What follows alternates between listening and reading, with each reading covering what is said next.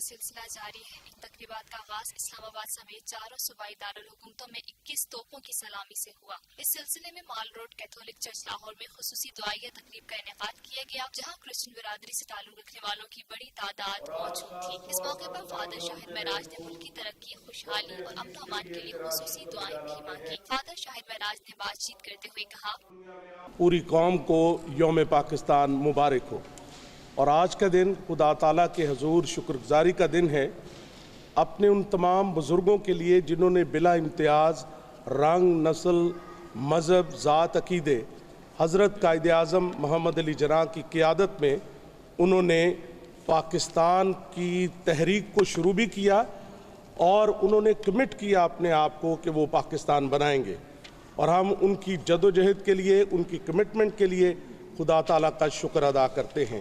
اس موقع پر فادر شاہد معراج نے مزید کہا، ان قربانیوں کے لیے جو ارض پاک کو قائم کرنے کے لیے دی گئیں، اور پھر اب مسلسل جو قربانیاں پاکستان کے لیے افواج پاکستان، دوسری فورسز اور عام شہری اور ہمارے بچے، وہ انہوں نے قربانیاں دی ہیں، اور جو قوم قربانی دینا جانتی ہو اسے کوئی شکست نہیں دے سکتا، اور یہی ہمارا عزم ہے۔ آج تجدید عہد کا دن ہے کہ ہم نے تجدید کرنی ہے اس بات کی، پھر سے عہد کرنا ہے کہ پاکستان جو سب کا پاکستان ہے، یہ ایک مذہب کے ماننے والوں کا نہیں بلکہ سب پاکستانیوں کا پاکستان ہے، اور قائد کے پاکستان کو ہم نے پھر سے آگے بڑھانا ہے۔